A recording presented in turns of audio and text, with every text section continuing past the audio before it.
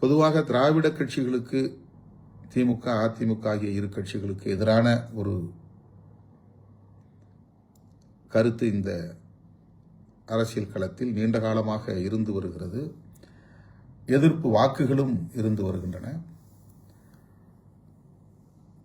அந்த எதிர்ப்பு வாக்குகளை ஒவ்வொரு காலகட்டத்தில் அவ்வப்போது தோன்றிய மாற்று அரசியல் சக்தி என்று அடையாளப்படுத்திக் கொண்ட அரசியல் கட்சிகள் பெற்றிருக்கின்றன அல்லது பங்கு போட்டிருக்கின்றன. ஆகவே இந்த முறை திமுகவை எதிர்த்து அல்லது திமுக கூட்டணியை எதிர்த்து களத்திலே நிற்கும் அதிமுக தலைமையிலான கூட்டணி, விஜய் தலைமையிலான கட்சி, சீமான் தலைமையிலான கட்சி, இவர்கள் அத்தனை பேருக்குமே திமுக எதிர்ப்பு என்கிற ஒன்றுதான் பிரதானமான முதன்மையான